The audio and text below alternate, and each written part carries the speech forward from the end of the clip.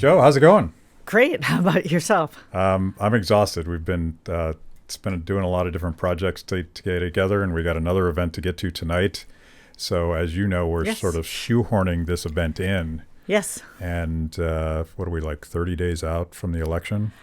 They keep track for me. I haven't heard the latest Yeah, number. I can't keep track either because my brain is damaged because I actually foolishly watched the entire debate between Donald Trump and Joe Biden last night. Well, I don't know what's worse, you watching the entire debate or me wanting to watch the entire debate but not being able to. Our Wi-Fi or our TV was down on the bus, and No, so I think we got I to think see that was part a of it. blessing. That was a blessing for you because it was like watching two children fight over toys in a sandbox or something. Yeah. Yeah. I was kind of sad for our country, and when I'm sad, I drink bourbon. Oh, Did you see how smooth that nice segue there. that transition? I don't. Well, yeah, I usually don't drink bourbon because I'm sad. I actually drink bourbon to celebrate, and I don't know, it just tastes good. That's why. In fact, I teach a psychology class where I talk about conspicuous consumption. Yeah. And I show them a clip from 2020, which talked about how vodka, by the way, I don't know if you know this, but according to 2020 anyway, according to the federal government, vodka has to be tasteless, colorless, and odorless. So my thinking is, what's the point? Like, Yeah. why would you have vodka if you could have bourbon? But, oh, yeah, because people drink to get drunk.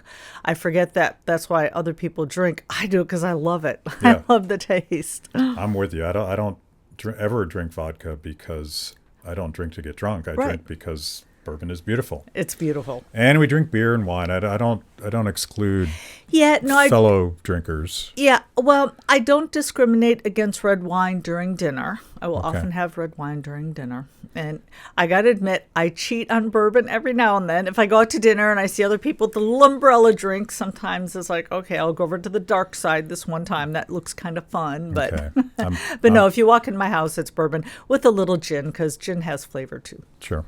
Why would the government decide that alcohol can't taste like anything? Well, I Somebody think it's decided just that. vodka. Yeah. Yeah. And by the way, the moral of the story is, people are vodka snobs.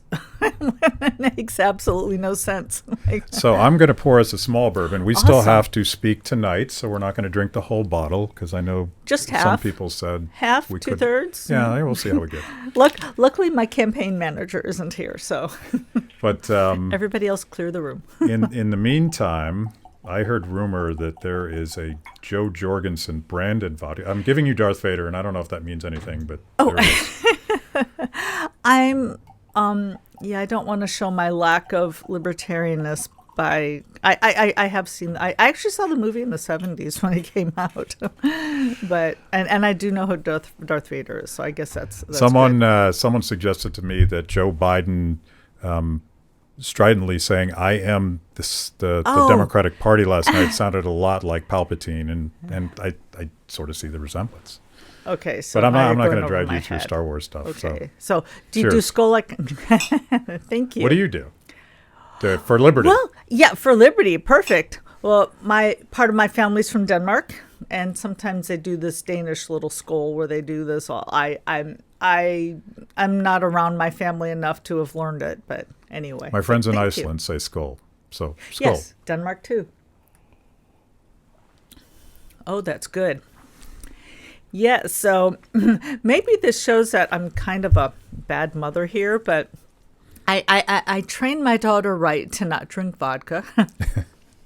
And she went to Notre Dame to go to doctoral. I'm not, I don't want to get into her personal life, but she comes back after Christmas, for Christmas vacation. Mom, I got the best bourbon ever. And there's a kind of bourbon in Indiana that's only sold in Indiana, although my family did find some for me, I think in Wisconsin. It kind of seeps out. But I guess I can go ahead and say it's Backbone. But so sometimes you just don't put two and two together. And I got to admit, I was an ignorant bourbon drinker for a long time. I just knew what I liked. And it never occurred to me, oh, wait a minute, when you buy vodka, bourbon, whatever in the store, and it's 80 proof, 100 proof, whatever, it's like, how do they get it to be exactly that number? duh, they add water. And so my daughter introduced me to uncut bourbon. And Barrel strength. Yes, barrel strength, exactly, where it's got the little 115, and usually it's between 114 and 116. Yeah.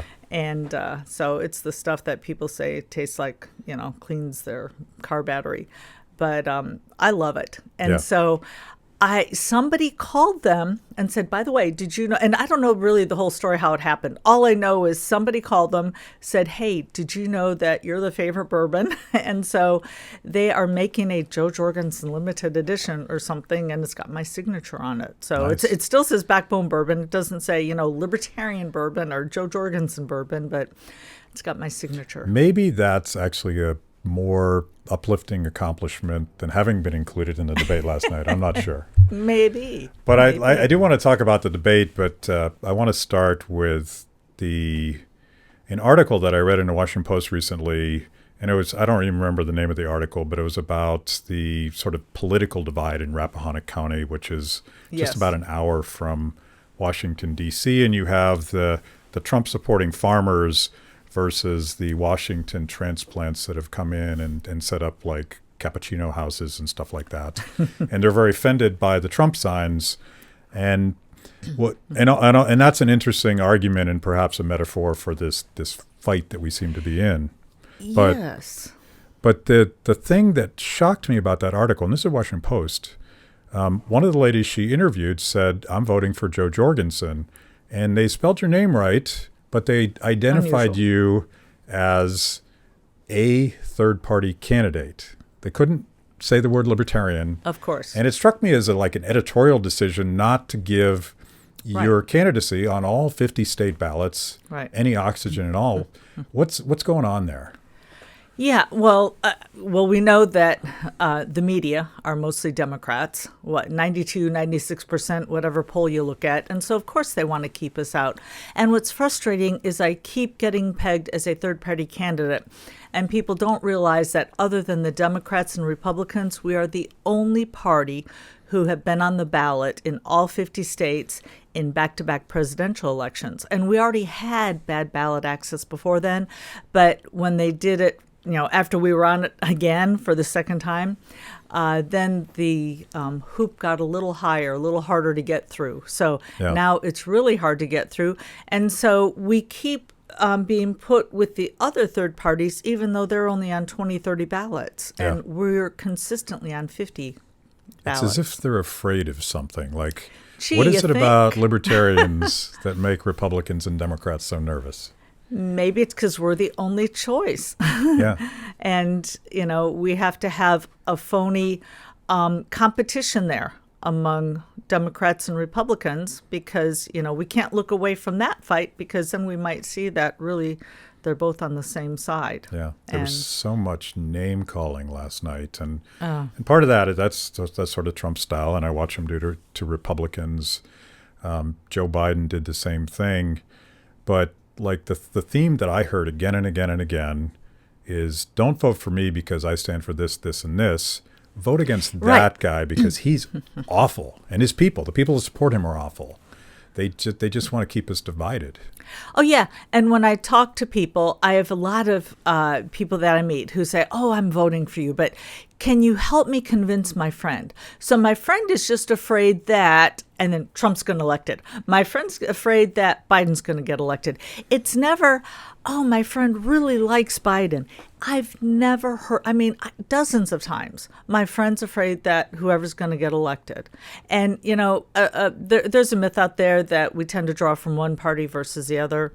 And we draw equally from both. But most of our votes do come from independents or people who have never voted. Yeah. So. I think most people that vote libertarian show up because they're voting for something.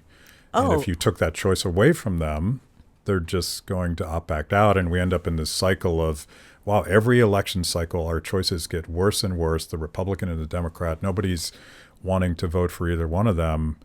And the only solution is to sort of break the duopoly and give somebody something to vote for. Yeah, well, I would say that the Libertarians are voting against something, but it's different than the Democrats and Republicans, because Libertarians are voting against government. And in fact, I think sometimes that our message is almost too negative. Get rid of big government, get rid of spending, get rid of, it's always what we're going to get rid of and not what we want. But the problem is we want so little from government that you can't put the benefits in terms of what you're getting from Washington. It's only in what we're getting rid of in Washington. So we've got to go around and think how, okay, what can we provide that's good that we're not giving, that they get by having the right to do it themselves? Yeah, we struggle to explain the beautiful things that happen when people are free, because we don't know exactly how it works. It's sort of that decentralized genius of people, and I look at the tribalism of the Republicans and the Democrats, and vote for me because those guys, if they get power, they're just awful people. But no one seems to respect the genius of America, which is the power of the people to figure stuff out for themselves. Oh, absolutely. Absolutely. And, just look throughout history. It's not, and in fact, I've been getting a lot of questions about Facebook lately. And, Facebook is so big. What are we going to do? We got to get the government involved. And here's the nice thing about being an old timer is I can remember the olden days and, the Justice Department going after IBM. And I remember people saying IBM is so big, only the government can cut them down. And yet they were at war for 13 years, something like, and they said that there was enough paperwork generated to either go to the moon or go to the moon and back, I forget. Yeah. And yet the Justice Department did not cut them down. What really went after IBM, what finally cut them down was two guys out of their garage, Apple. So again, we've got the free market. We've got people having the freedom to start their own companies, to build their own products, and to do it without any government direction, without central planning. So again, people can do so much better than what the government could ever do. It's kind of like, that's the American ethos, is like, just leave us alone and we'll figure it out. Yes. And none of these guys want to leave us alone anymore. Let's talk about a couple issues that they did manage to touch on a couple things. And I know one issue that you're super passionate about is environmental innovation and sources of energy. If the government would just get out of the way, we could have a greener future, but Washington seems to screw everything up. Yeah, and one of the reasons why it's so frustrating to me is because there's so much misinformation out there. And one of the examples that I've used is, people always point to the corporations as, somebody needs to rein them in. And I've mentioned how, look at the Gulf oil spill. People say, look, you needed government in there because corporations just go in and they just, have oil spills and we're the ones left footing the bill. What they don't realize is that the government is the one that capped the liability, that in a free market, the insurance company would have had a profit motive to actually say, hey, we're going to come out and make inspections because, we don't want to pay a claim. So the free market, the profit motive is going to be what helps the environment the most. And I just learned of a new case, and this is what's so frustrating too. And I guess what's really frustrating is that I know that the government has been one of the biggest problems in pollution, in the environment. And yet the people who care most about the environment, they're the ones going to government. And I just heard an astounding case. This was out of Montana. And there's a one. Can I name the organization? Sure. Okay, it's PERC, PERC. Oh, I love those guys. Yes. Okay. I met two wonderful women who told me that there was a forest, beautiful forest. The timber company wanted to come buy it, chop down all the trees, and the people around said, you know what? We kind of like the trees there. We'll put in a bid and we'll see if we can, outbid the timber company. And they were shocked to find out that they did indeed outbid the timber company. And then they were like, uh-oh, now what? We got to raise the money. How are we going to raise the money? They actually raised the money in 2 weeks, which, by the way, doesn't surprise me at all because there are a lot of individuals, as you point out, individuals who care about the environment. Now, here's where the story turns ugly. They won, they raised the money, they got to keep the forest. But the legislature passed a law to prevent that from ever happening again. In other words, it's the government saying, no, we're going to let the corporations win out. And yet these people who are for the Green Party, who are, for bigger government, they're turning to the very government that's hurting them. So I think that's why I'm so passionate, because it's like, why do you go to, your torturer for help? Yeah. It's that sort of contradiction for people that this happens on a lot of things. It happens on criminal justice. It happens on virtually every issue where people worry about some horrible social outcome. Yep. The murder of Breonna Taylor, and I would use the word murder. Yes. But to me, it's a cautionary tale about a government that has too much power and too little accountability. So if you want justice for Breonna Taylor, you need to acknowledge that the government has too much power. Right. And yet the Black Lives Matter, the national organization, is Marxist, and they're asking for more government. And It's like, don't you realize they're the ones who caused it? And I think maybe when I was on your show before, I mentioned how Rosa Parks, that was a government-run, government-owned bus. Why are you turning to the very people who caused it? Yeah. And there's the entire history of I actually like the word institutional racism, because I think the institutions that reinforce racism are government institutions. And I think we should turn it back on them, because that contradiction between people that passionately believe that Black Lives Matter and therefore say we need to strengthen the size and scope of government. Right. I don't get those two things, because government is the problem here. And can I mention, I was soundly criticized. I received a few angry texts and email. That's just to me personally. I know my campaign did. Well, actually, I was written up by an organization. I pointed out how, and you may have heard of this instance, where there is a woman working for a large company who on her personal Facebook put "All Lives Matter." And the company said that they thought that was tone deaf and that's not the image that they want for the company. And so they fired her. Yeah. And keep in mind, that's her personal Facebook. She wasn't discriminating against an employee, a supervisor, customer, anybody like that. And I pointed out see, this is how the free market works. You've got a company who's very sensitive about that, and they're going to respond because they've got the profit motive.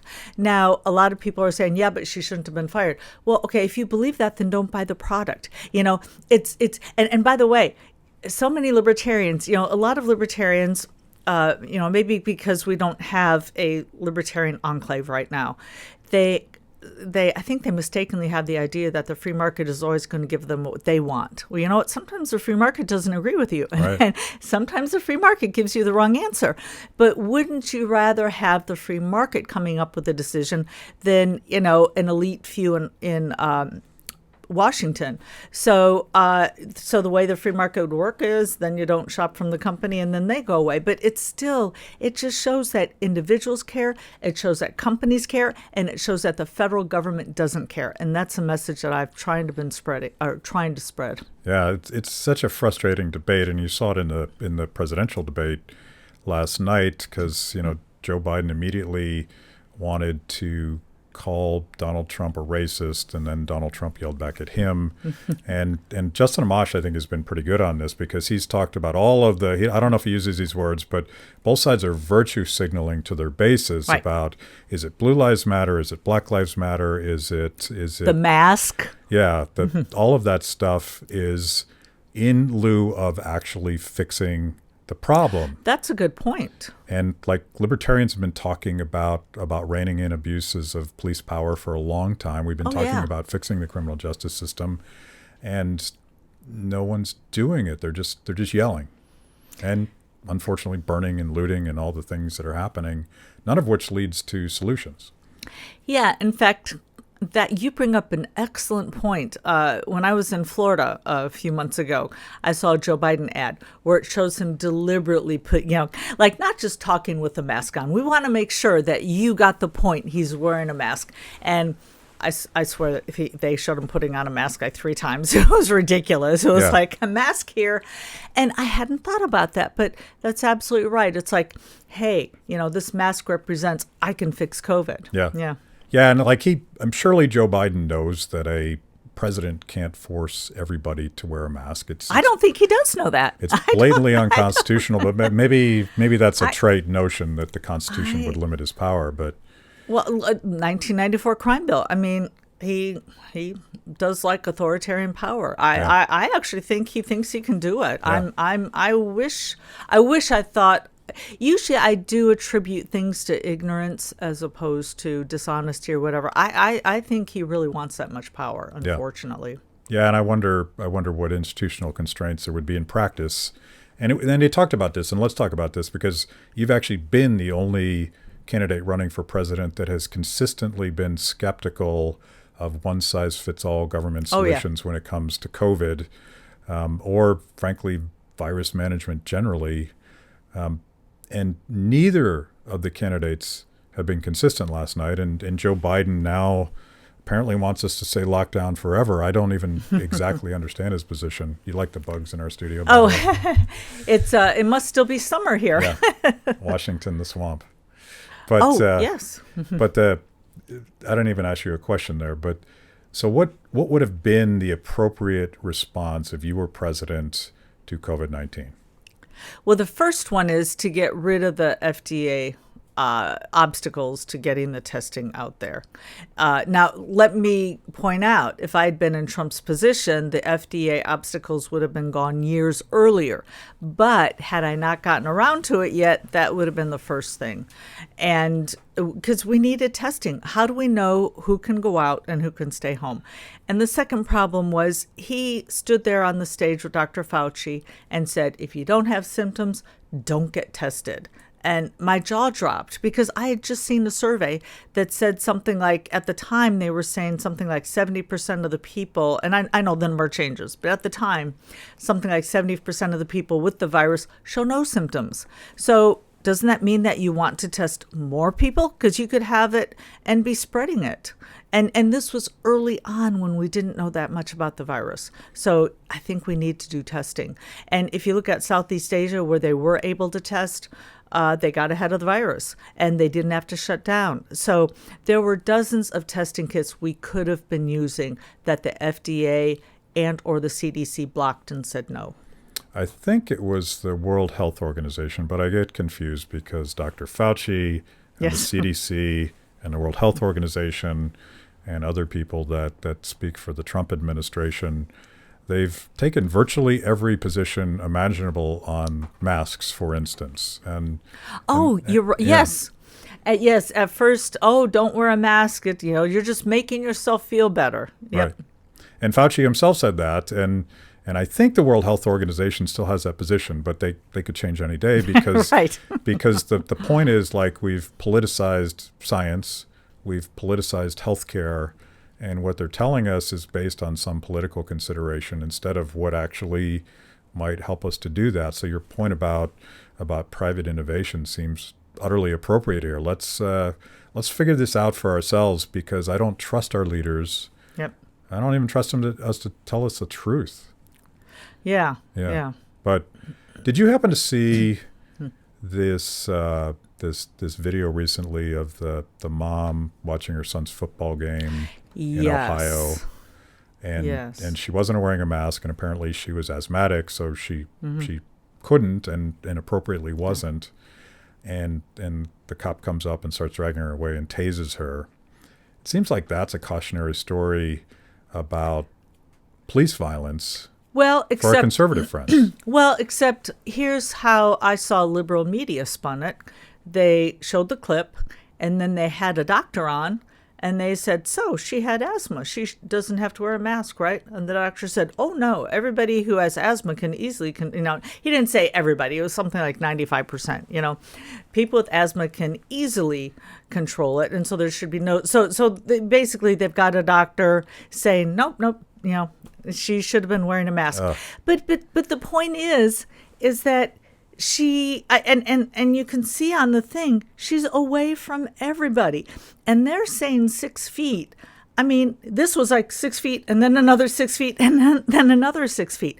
There was no one close, and I got to admit, I did catch some of the debate last night, which I wanted to watch the whole thing, but I only caught some of it. I got to admit, I do agree with Trump that it's ridiculous how Biden makes sure he wears a mask even when he's a mile away from anybody. The ad you're describing, by the way, exposes him, because I thought the most virtuous among us wore a mask 24/7, like when we sleep, in the shower, when we're driving alone in our cars. That drives me nuts when I see people. It's so silly, but it really but yeah, is. it's like he's putting on a show. Oh yeah. And apparently that matters more than policy. Oh, yeah. And if you don't mind my bringing up that Democratic convention was so stilted. And when he and Harris appeared on stage together for the very first time, they couldn't even get, like, how about test each other? I mean, you've got the money and the resources. You could get tested. You could quarantine for 20. It's like obviously a show, but a very awkward show. So yeah. I'm at least glad it came off awkwardly. I'm glad that they didn't pull it off. Although it'd be really hard to pull that one off because it is so awkward. It's so silly. So they argued about the Supreme Court, of course. Yes. And can I interrupt you there? Sure. Because and here's where I caught part of it too, is and again, our TV wasn't working. I was having to watch it on just, a little screen. And they asked Trump about why he chose this person. And so he starts defending her, right? And my immediate reaction is, you know what? I've been out of the news cycle for a couple days because I've been sick.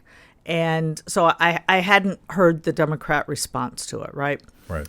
But as Trump is talking about it, I immediately think, you know what?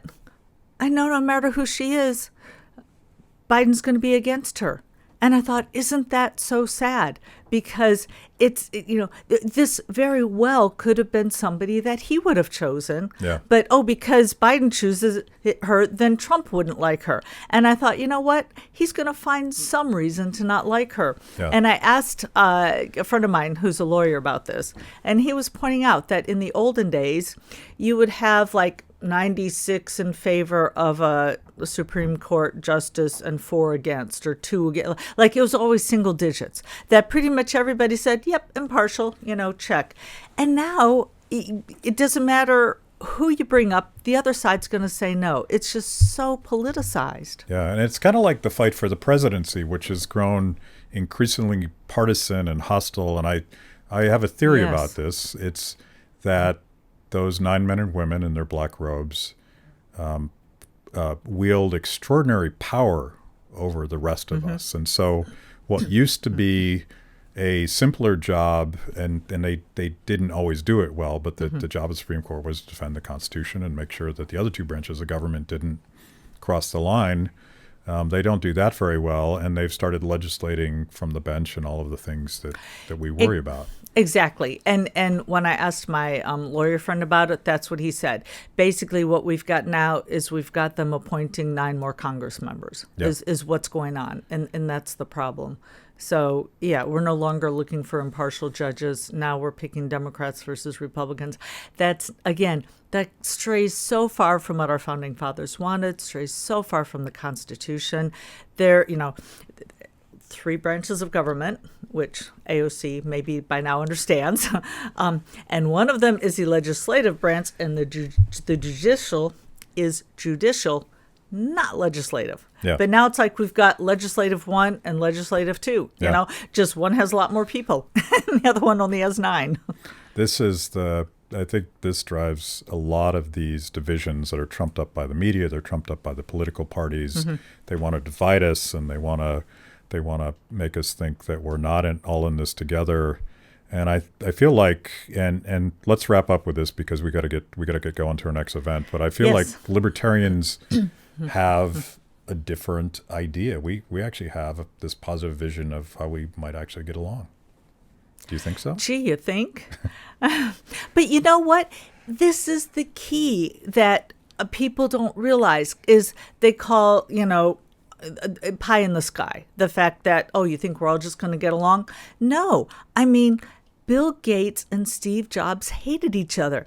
And that's why we've got such awesome cell phones and awesome computers, because they were trying to outdo each other. It's like we don't have to get along. We just have to be able to, be civilized and then have police, courts, and military to basically have the rules. So we don't have to like each other. In fact, competition even helps if we hate each other a little bit. And and we get the benefits of that. And instead, we've got, instead of competitors fighting against each other for the best product, we've got politicians in Washington fighting each other to spend more of our money and make more of our decisions. So you are running for president, and the Washington Post won't acknowledge that, and perhaps the Presidential Debate Commission, controlled by Republicans and Democrats, won't acknowledge that. But what's your pitch to voters who say, I'm told that voting third party is wasting my vote? Oh, that's a big question. First of all, I say voting for what you don't want is a wasted vote. And to Republicans, I say, you know what? I understand why you voted for Trump. You wanted an outsider. You wanted somebody. He said he was a businessman, going to come in, slash the deficit, slash the debt. If he's done that, go ahead and vote for him. But we all know he hasn't. And I say, especially if you're in a solidly red state, send him a message that, hey, we sent you there as an outsider. Start acting like an outsider. Vote Libertarian to send a message. And if you're in a solidly blue state and you're a Democrat, then I would say, you know what? The Democratic Party I know that I grew up in the 60s with is anti-war. They're pro-individual, pro-free speech. And the Democratic Party looks nothing like that. And if you really want an anti-war voice, vote for me. And by the way, the Democratic machine muzzled Tulsi Gabbard, kept her off the stage. So yeah, what do you want? Warhawk put Joe Biden, or do you want peace? Like, why are you a Democrat? But just in general, there are 40 million Americans who do lean libertarian, who do think that we should be able to make our own choices and not have the people in Washington make those choices for us. And if everybody just voted the way they really wanted, I could win in a landslide. And what I've been telling people is don't vote for me to cast a vote for me. Vote for me to cast a vote for you, because you know best what you need. You know best how to spend your money. You know best how to, prioritize your family needs. So give a vote for yourself. Love it. Okay. Thank you. And and Skull. Skull. Awesome bourbon, by the way. Thanks. It's beautiful. Thanks for watching Kibbe on Liberty. By now, you know this is the most important event of your week. So make sure you subscribe on YouTube, click the little bell so you get notifications. Kibbe on Liberty, mostly honest conversations with mostly interesting people.